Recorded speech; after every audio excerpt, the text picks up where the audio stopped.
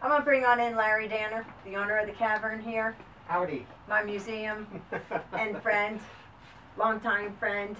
And you have some things in here that Rick has stories to tell. So I'm going to step out of the way. Well, this is the first thing that Rick was talking about was the play, what was it, Vixen? Well, the drummer from Vixen is Roxy. Okay. And I think the other girl, the guitarist, is playing with the current version. I think both sisters are out now with Roxy. But the two sisters, Roxy and her guitar playing sister, whose name slips me right now, both played in a band called Madam X. And I produced their album, Madam X. It was a good record. What year I was enjoyed that? it. That was sometime in the early 80s. Okay. Yeah, I don't remember. This is a drumhead from a WQRKR out in California, which all the bands when they came into town would sign this when they wanted to talk to the DJ about their new record. I see Craig Chiquiso there. Yeah. Yes. If you notice, Greg with an arrow pointing to Vixen, it says, "I want to be with this band." And of course, Vixen was an all-girl band. Yeah. So there's Butch Trucks on it. There's Sam Kinson. There's Bill Graham down here. Alice Cooper. Starship. There's so many people. Tommy Chong. Thanks for the hi, guys. Tommy Chong was original. Yeah, right. Yeah. I met so Tommy. Really, he's a hoot. really good, but it's really a lot of That's good, cool. A lot of good memories. Johnny Van Zandt. You've got so much stuff here, it's hard to pin one down. It is.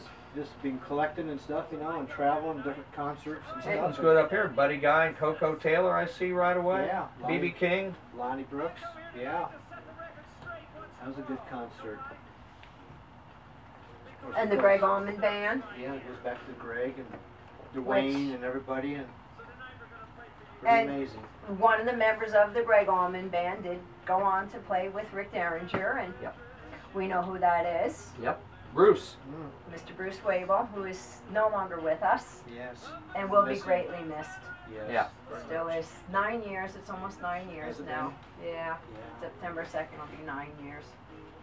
But let's talk about, you know, what you've been doing now. We know you're on the road with Ringo, and there's some lineup changes coming. Yep. Well, I don't know. I think we showed it before. This is the band with Ringo. I'm the only guy in white right there in the center. Wow, I show up so well. But Greg Bissonet's hair's white. Greg Bissonet's hair. That's right. And Edgar's hair's white. That was the return from South America tour. He's out on the road right now. In June, not right now, but in June, he'll be on the road promoting his latest record. And I think because it's called the All-Star Band, they change periodically. We were in the 11th version of that band, and this will be the 12th version out on the road with him in June. But then by the winter, I think the 11th band, myself included, we're going to rejoin Ringo, and we're going to do 5 months in Las Vegas at the Palms. Good times. So and we're looking forward to that. It's not officially announced on my website yet, but keep looking. www.rickderringer.com. Yeah. So let's see what else we have here for questions. From Mr. Jeff New, the LP Outside Stuff is the song Union City Waltz about your hometown. Yeah, yeah.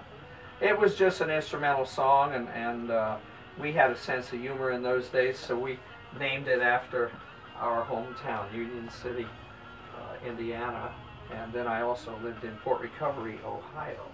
But Outside Stuff is a compilation of the 2 albums that the McCoys did for Mercury Records after we left Bang. And we just wanted to be separated from that whole bubblegum era kind of persona. And so we did some stuff that was pretty far out musically, kind of psychedelic or heavy. And those 2 albums, then one was called Infinite McCoys and the other one was called, got me now. But at any rate, both Human Ball, Infinite McCoys and Human Ball, and they were packaged together in a double record called Outside Stuff, which is a pretty rare package. But some people told me that John Lennon had it in his personal record collection, so some people really enjoyed it. Now Jeff New has some videos of you from like 1965. Wow. He's going to dig them up and try and put them on disc and get them to me. Excellent. Can't wait to see that. Wouldn't that be cool? Really cool. And an interesting question here from Deborah Lynn, who was at the Supergroups concert 2 weekends ago in Fort Myers. She would like to know, is there any one thing in your musical career you have still yet to accomplish? Actually, there is very little musically that I haven't had an opportunity to do. I've played with all the people that I really wanted to play with over the years and met almost everybody that was alive that I wanted to meet. And, you know, musically, I kind of have done it all. In fact, I say I don't really look for some huge success. All I would like is the continued success that I have so that I can continue to do what I do. I enjoy it. I don't really want to go out and get a job selling, what is it they say in Spinal Tap? I believe you're a size 8. I think I have your size over here. Would you like those in floor shine? Yeah. So I don't really want to necessarily have to do that, but I probably could do that if I had to. But I'd like to just continue doing what I do. I like playing concerts. I like going out and just meeting the audiences, and that's really the most immediate kind of fulfillment that you can get is playing a live concert and knowing the audience really liked it. Right. And I still record. We're recording CDs right now. I still write. I'm still looking at some other bands that I might help in the future. I've had quite a bit of success as a producer, as a record producer, so I'm still looking to do more of that. A lot of people don't know some of my biggest successes. Grammys. I won 2 Grammys for producing, of all people, Weird Al Yankovic.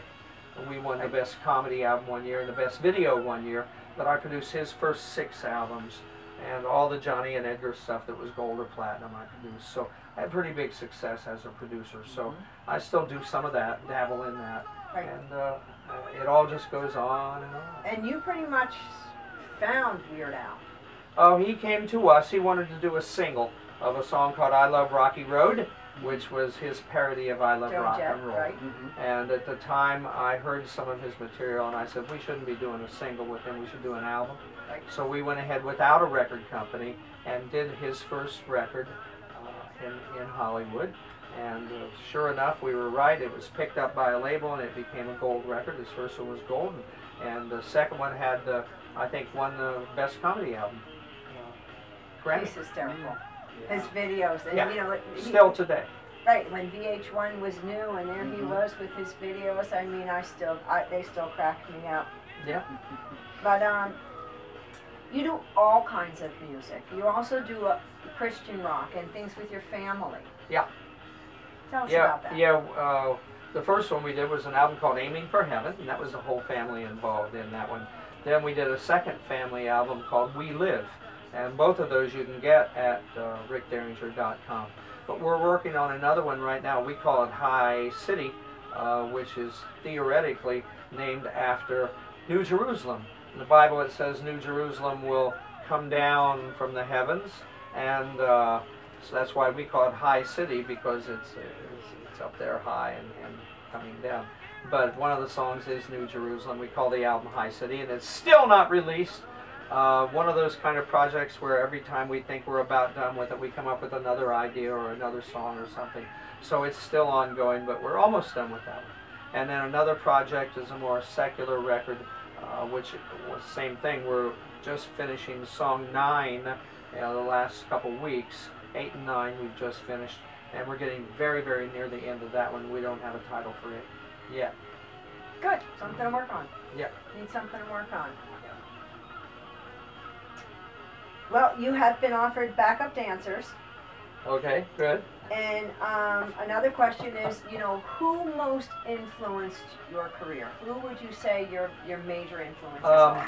Well, there is no one person in particular. My uncle probably was the guy that influenced me to even want to start playing guitar. He's a guitar player. He came in my kitchen one time when I was about 8 years old and plugged in his little guitar and his amplifier, and I think it was that impact of the live music right there in your kitchen, the aura that it can create that made me want to go ahead and play guitar. So in some ways, he's probably my biggest influence. I got a guitar then for my 9th birthday and went just a few weeks after I had the guitar to a place where he was playing on Sunday afternoons, my uncle, Jim, and I got up and jammed with him. We passed the hat, which they did in those days, and I made about $43, I like to say. That was in 1956. So $43 was a lot of money in 1956. And look at this, it's come full circle. Yeah, right. $43 is a lot of money again today. By So, tank of gas. Well, Rick, we want to thank you so much. Thank you. And we'll do it again sometime Great, soon. great. And this is for the fans. And there's that guitar.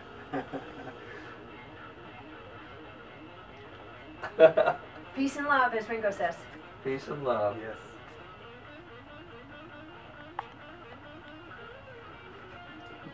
Air guitar.